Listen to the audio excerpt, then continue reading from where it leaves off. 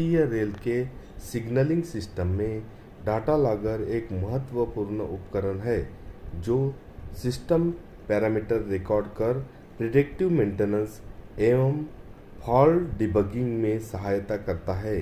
इसके उपयोग से संभावित खराबियों की समय पर पहचान संभव होती है, जिसमें सिग्नलिंग सिस्टम की सुरक्षा और विश्वसनीयता बढ़ती है।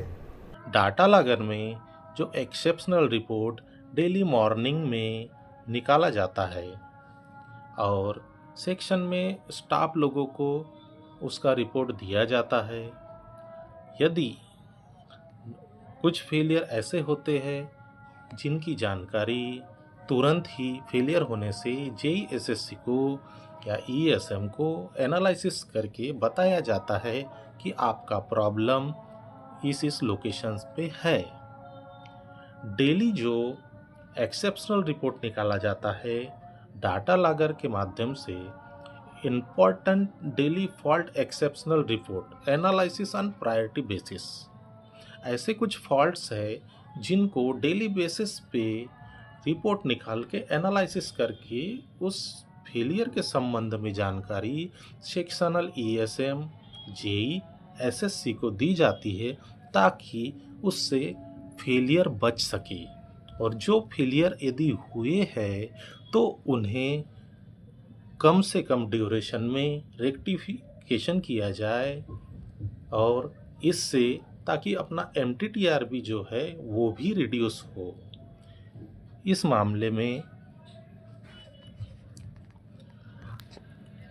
डेली बेसिस पे जो फॉल्ट रिपोर्ट्स निकाले जाते हैं उनमें auto signal failed, auto signal RG aspect fail, MSDAC stand by failed, IPS, SMR, mains, inverter, DC DC converter, DOD, call SNT, point loose packing, point failure, point tested, signal blanking, EI system change over, EI OFC link fail, ELD 4 hours, signal aspect, change it showing RG to HHG oblique DG, fire alarm, UFS BI, analog power supply failure, up a T, down a T selected internal external IPS battery supply, track fit charger, ECPR,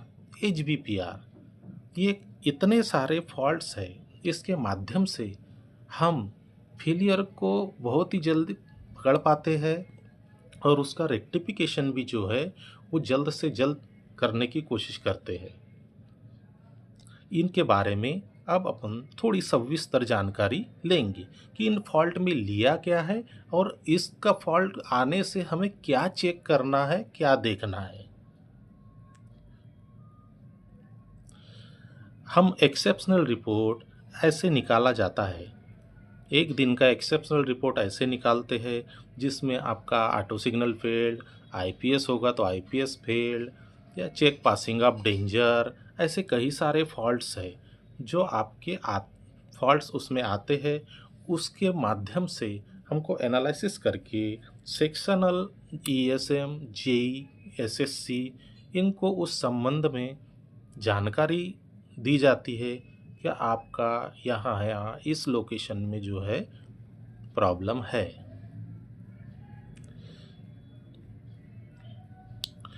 अभी हम सबसे पहला हमारा fault है auto signal failed. Auto signal failed का जो fault logic है उसमें हमने तीन ही चीज़ें ली हुई है। आपका रेड एस्पेक्ट जो है वो जलना चाहिए और आपका दोनों track A and B MS डैक वो यदि दोनों क्लियर है और आरजी एस्पेक्ट आपका जल रहा है और 10 सेकंड के अंदर में यदि आरजी से एचजी आपका सिग्नल नहीं होता है तो ये फॉल्ट जनरेट करेगा। ऑटो सिग्नल फॉल्ट में आपका दोनों ट्रैक क्लियर रहना है। दोनों ट्रैक क्लियर होने के बाद रेड एस्पेक्ट जल रहा है तो रेड एस्पेक्ट 10 सेकंड के अंदर में चेंज हो जाना है, यानी कि सिग्नल येलो होना है। यदि सिग्नल येलो नहीं हुआ या एस्पेक्ट चेंज नहीं हुआ तो आपका ऑटो सिग्नल फील्ड का फॉल्ट जनरेट करेगा। अब ऑटो सिग्नल फील्ड का जब फॉल्ट आएगा उस समय आपको ये चीज़ चेक करना है कि मेरे ट्रैक तो दोनों क्लियर है बट सिग्नल क्यों नहीं आया। तो उस कंडीशन में आपका टीएसआर भी डाउन हो रह सकता है। अब टीएसआर के लिए नेक्स्ट सिग्नल का एचबीपीआर लगता है, कहीं वो तो पिकअप नहीं हुआ, वो आपको चेक करना पड़ेगा। उसके बाद में उसका यदि टीएसआर पिकअप है तो एचआर क्यों नहीं हो रहा है। अभी एचआर सर्किट चेक करना पड़ेगा। एचआर में कहीं अगले सिग्नल का ईसीपीआर तो प्रॉब्लम नहीं कर रहा है, ये चीज़ देखना पड़ेगा। यदि तीसरा एक कंडीशन है, यदि आपका एचआर हो रहा है और एचईसीआर नहीं हो रहा है, वो एक चीज़ चेक करना पड़ेगा। तो ये चीज़ ऑटो सिग्नल फेल्ड के फॉल्ट आने से इसे फेलियर को एनालिसिस करके कंसल्टिंग जेईएसएससी को बता के उसे जल्दी से जल्दी रेक्टिफिकेशन किया जा सकता है। क्योंकि इसकी कंडीशनें जो है 2-3 सर्किट जो है वो अपने को प्रॉपरली चेक करने हैं। टीएसआर हुआ या नहीं, उसके बाद एचआर हो रहा है या नहीं हो रहा है, या एचईसीआर हो रहा है या नहीं हो रहा है। तो इससे अपन इस फॉल्ट के माध्यम से फेलियर जल्दी से जल्दी रेक्टिफिकेशन कर सकते हैं। इसी का है दूसरा ऑटो गेट सिग्नल फेलियर। इसमें हमने थोड़ी सी कंडीशन चेंज की हुई है। इसमें हमने गेट सिग्नल का आरआर स्विच का आरआर, दोनों ट्रैक पिकअप और ईएसआरआर पिकअप। यदि आपका गेट क्लोज है, ईएसआरआर पिकअप है, दोनों ट्रैक पिकअप है और गेटमैन ने गेट सिग्नल स्विच घुमाया है और तब भी सिग्नल यदि येलो नहीं हुआ है 10 सेकंड में, तो ये आपका फॉल्ट जनरेट करेगा। इसमें भी वही सेम 4 कंडीशन है जो कि टीएसआर पिकअप नहीं हुआ है, या इसमें कुछ सिग्नल स्विच का भी प्रॉब्लम हो सकता है, आरआर स्विच का भी प्रॉब्लम हो सकता है, नेक्स्ट सिग्नल का ईसीपीआर का भी प्रॉब्लम हो सकता है, आप ईसीपीआर का भी हो सकता है, और उसमें एलईडी का भी हो सकता है।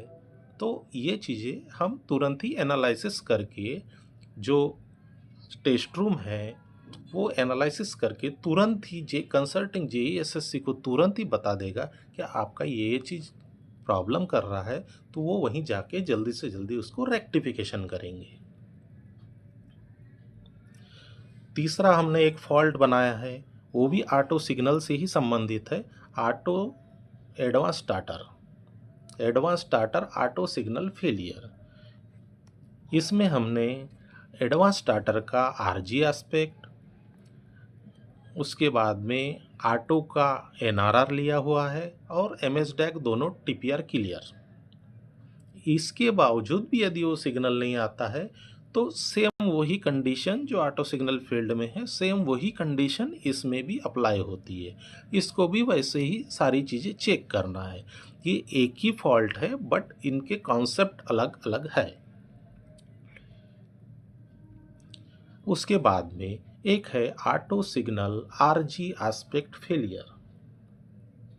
Auto signal RG aspect failure ये है कि यदि आपके दोनों एमएस डैक फेल है, यदि ट्रैक पे आपका गाड़ी है, दोनों ट्रैक फेल है, गाड़ी अवेलेबल है और उस समय आपका यदि सिग्नल रेड नहीं जल रहा है, आपका आरजी का लैंप फेल हो गया है, तब ये मैसेज जनरेट करेगा कि आपका आरजी एस्पेक्ट फेल है। ये दोनों ट्रैक क्लियर के कंडीशन में नहीं होगा। दोनों ट्रैक यदि फेल है, उस ट्रैक पे गाड़ी खड़ी है तो वो सिग्नल रेड रहना ही है। अगर रेड नहीं रहा है तो ये फॉल्ट जनरेट करेगा आरजी एस्पेक्ट फेल। तो इससे हम आरजी एस्पेक्ट को जाके जल्दी से जल्दी चेक करके राइट कर सकते हैं क्या उसमें एलईडी का प्रॉब्लम है या कुछ करंट रेगुलेटर का प्रॉब्लम है। ये हम उससे आइडेंटिफाई करके चेक कर सकते हैं। तीसरा फॉल्ट है एमएसडीएसी एंड एसएसडीएसी फेलियर। इसमें जो है stand by MSDAC, stand by SSDAC failure जो है उसकी उसका भी एक्सेप्शनल रिपोर्ट निकालते हैं, ताकि कोई यदि एक सिस्टम क्लियर है, एक सिस्टम यदि फेल है, तो उसकी भी जानकारी कंसल्टिंग जेई, एसएससी और ईएसएम को दी जाती है, ताकि वो उसे जल्दी से जल्दी रेक्टिफिकेशन करे, ताकि कोई और दूसरा सिस्टम फेल ना हो। उसकी जानकारी हम उनको देते हैं। यदि दोनों ट्रैक फेल हो गए तो ये स्टैंड बाय एमएसडीएसी वाला कॉन्सेप्ट काम नहीं करेगा।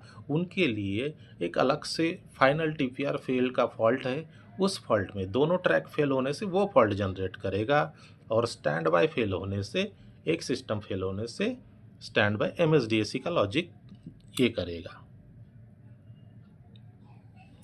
तीसरा है आईपीएस इक्विपमेंट फेलियर। आईपीएस से संबंधित कोई भी फेलियर, आईपीएस के PFC contact, IPS ASMR, inverter, DC DC converter, call SNT और डीओडी, इनके जो भी फॉल्ट आएंगे, एसएमआर बंद होने से या मेंस फेल होने से जो भी फॉल्ट आएंगे, तो उसका फॉल्ट मैसेज जनरेट होगा, और वो जनरेट होने से तुरंत ही कंसल्टिंग जेईएसएससी को एसएमएस जाएगा, और टेस्ट रूम भी जो है वो उस फॉल्ट को देख के कब से वो जो कब से फेलियर है वो स्टाफ को बताएगा, तो ऐसे जेई, एसएससी, ईएसएम जाके उस फॉल्ट को रेक्टिफिकेशन करेगा। Point loose packing. Point loose packing एक सेफ्टी फॉल्ट है, इसकी जानकारी मैं आपको देना चाह रहा हूँ।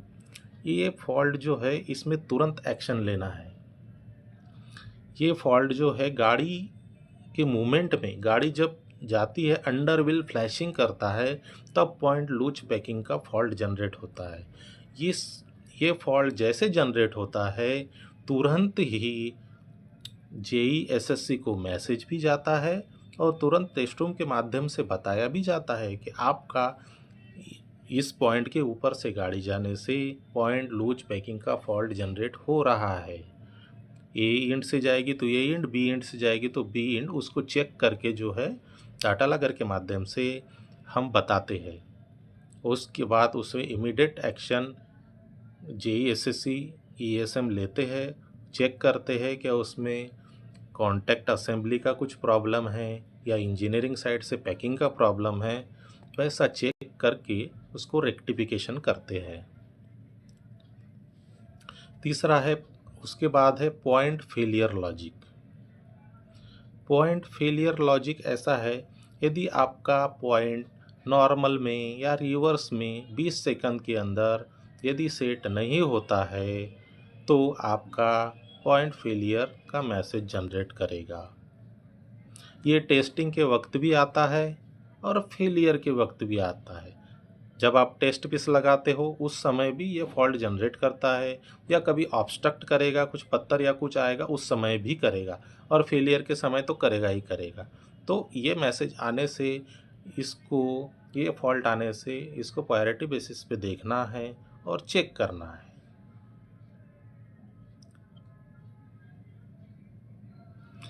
उसके बाद है सिग्नल ब्लैंकिंग। यदि कोई सिग्नल ब्लैंक हो जा रहा है, कोई भी एस्पेक्ट नहीं जल रहा है, तो 20 सेकंड का फॉल्ट है। इसमें सिग्नल ब्लैंकिंग का मैसेज जनरेट करेगा।